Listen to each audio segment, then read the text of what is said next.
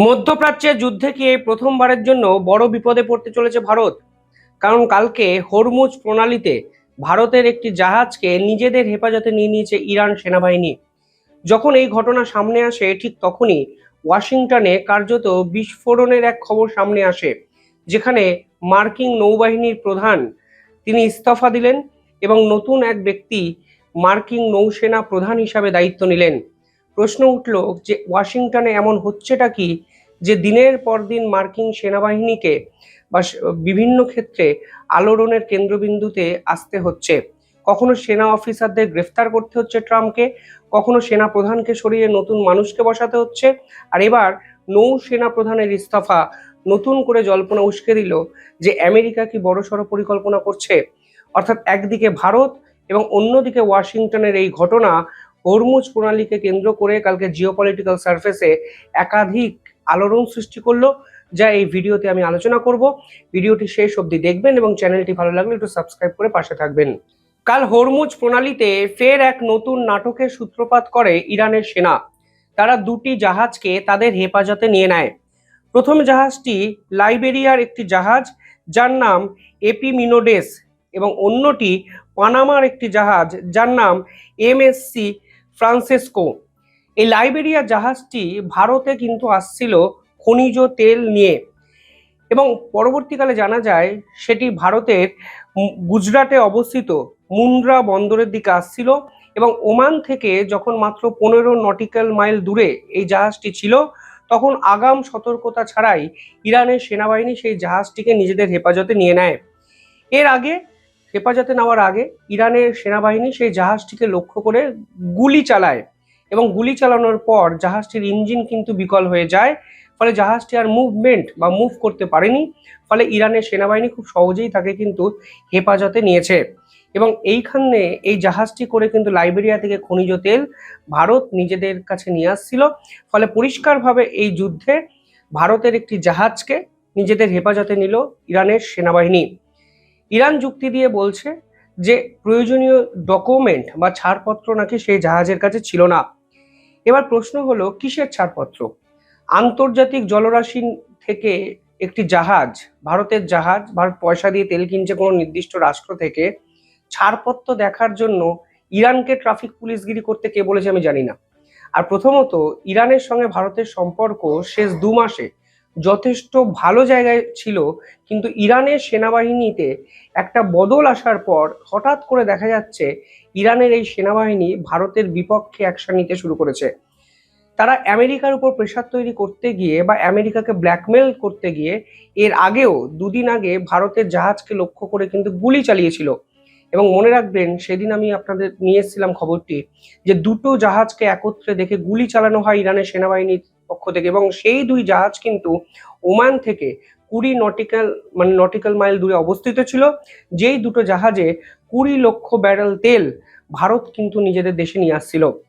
যে যুদ্ধে ভারত নেই, যে যুদ্ধে ভারত কোনোভাবে ইনভলভ হয়নি, সেই যুদ্ধে ভারতকে বারবার টার্গেট করা হচ্ছে। তাতে একটা জিনিস পরিষ্কার, ইরান কিন্তু কোনো না কোনোভাবে বড় ষড়যন্ত্র এইখানে রচনা করার চেষ্টা করছে, এবং সমস্ত বৃহত্তর শক্তিকে এই যুদ্ধে ইনভলভ করার চেষ্টা করছে, এবং গোটা বিশ্বকে অশান্ত করার চেষ্টা করছে, তা কিন্তু পরিষ্কার হয়ে যাচ্ছে। পাশাপাশি যখন এই ঘটনা ঘটে, তখন একগুচ্ছ প্রশ্ন কিন্তু আজকের দিনে দাঁড়িয়ে তুলতে হয়। যখন ইরানের একটি যুদ্ধ জাহাজ ভারতের মিলিটারি এক্সারসাইজে আসে, সেই যুদ্ধ জাহাজ যখন ফিরে যায়, তখন গোপন সূত্রে খবর পাওয়া যায় সেই যুদ্ধ জাহাজের উপর আক্রমণ করতে পারে আমেরিকার সাবমেরিন।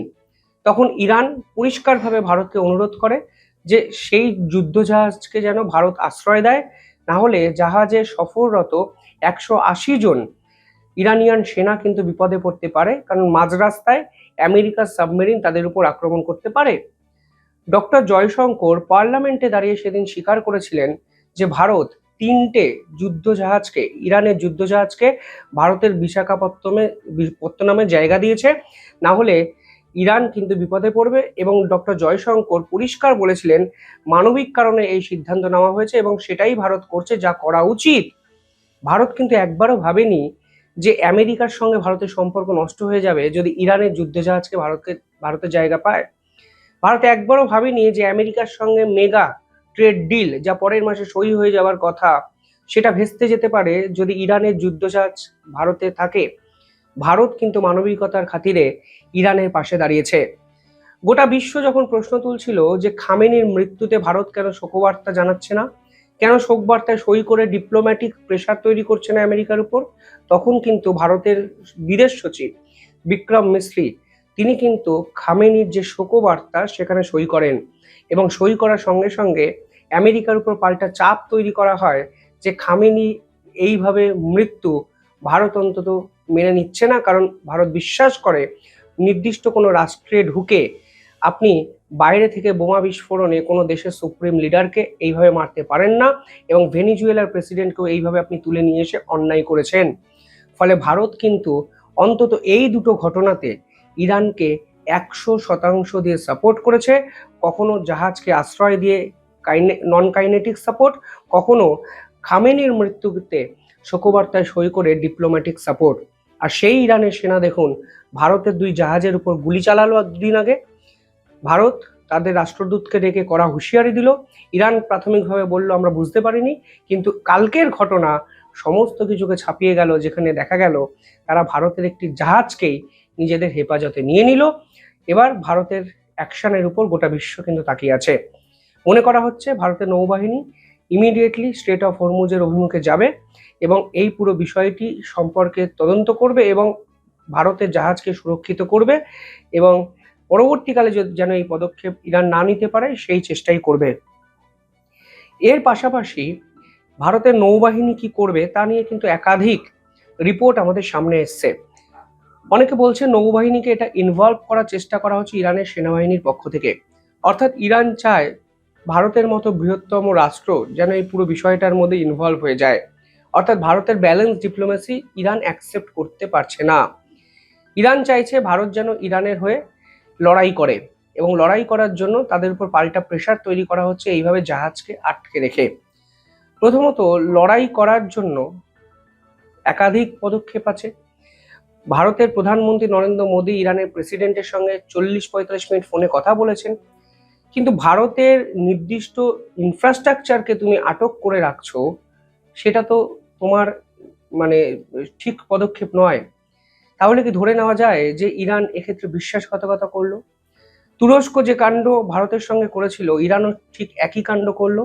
মানে দিনের পর দিন ইরানকে সাপোর্ট করা সত্ত্বেও ভারতের কয়েক হাজার কোটি টাকার একটা জাহাজকে তুমি নিজেদের হেফাজতে রেখে বীরত্বের একটা জয়গাথা গাথার চেষ্টা করছো, সেটা তো সমীচীন নয়। এইবার ভারতের সেনাবাহিনী যদি পার্টিকুলার এই পুরো বিষয়টায় হস্তক্ষেপ করে, তাহলে কিন্তু এই পুরো বিষয়টি একটা অত্যন্ত ভয়ঙ্কর জায়গায় কিন্তু চলে যাবে, তা কিন্তু পরিষ্কার হয়ে যাচ্ছে। একাধিক রিপোর্ট আমাদের সামনে এসছে, সেখানে বলা হচ্ছে হয়তো ভারতের নৌবাহিনী এই পুরো বিষয়টার মধ্যে ইনভলভ হবে এবং ভারতের যুদ্ধ জাহাজ এই স্ট্রেট অফ হরমুজে গিয়ে পৌঁছবে এবং ভারতের জাহাজকে সুরক্ষিত করে ছাড়িয়ে নিয়ে আসবে ভারতে। এবং ভারতের নৌবাহিনী অত্যন্ত স্ট্রংগেস্ট একটি নৌবাহিনী এবং তারা এই কাজটা খুব সহজেই করতে পারবে, এবং পুরো পরিস্থিতিটি কিন্তু গোটা বিশ্বের কাছেও অত্যন্ত ভয়ঙ্কর হতে পারে। পাশাপাশি খবর যখন সামনে আসে তখন হোয়াইট হাউসে মেজর কিছু ডেভেলপমেন্ট কিন্তু কালকে রাতে হঠাৎ করেই মার্কিন নৌবাহিনীর প্রধান জন সি ফেলান তিনি পদত্যাগ করেন এবং তার জায়গায় কালকে দায়িত্ব নেন হাং কাউ। মনে করা হচ্ছে যে স্ট্রেট অফ হরমুজে ডোনাল্ড ট্রাম্প যেহেতু নিজের আধিপত্য বিস্তার করতে পারেনি, তাই নৌবাহিনীর ব্যর্থতার জন্যই এই পরিবর্তন। কিন্তু উল্টো দিক থেকে এটা মনে করা হচ্ছে যে নৌবাহিনীর সেনাপ্রধান পরিবর্তন কিংবা মার্কিন সেনাবাহিনীর সেনাপ্রধানের এই ধরনের পরিবর্তন নিঃসন্দেহে আমেরিকা কিন্তু এখানে বড় গুটি সাজাচ্ছে, এবং কি করবে আমেরিকা সেটাই কিন্তু এই মুহূর্তে সব থেকে বড় প্রশ্ন। যাই হোক, মেজর দুটো ডেভেলপমেন্ট যা আন্তর্জাতিক রাজনীতিকে এই মুহূর্তে ভাবাচ্ছে, এবং ভারত এবং আমেরিকা কি পদক্ষেপ গ্রহণ করে তার জন্য কিন্তু গোটা বিশ্ব অধীর আগ্রহে হরমুজের দিকে তাকিয়ে বসে আছে। অসংখ্য আপডেট আসবে, আপডেটের ভিডিও আমি নিয়ে আসবো দ্য ইন্ডিপেন্ডেন্ট বেঙ্গলে। চোখ রাখুন আর কমেন্টে জানাবেন ইরানকে সাহায্য করা কি ভারতের ভুল হলো, প্রশ্ন থেকেই যায়। ধন্যবাদ।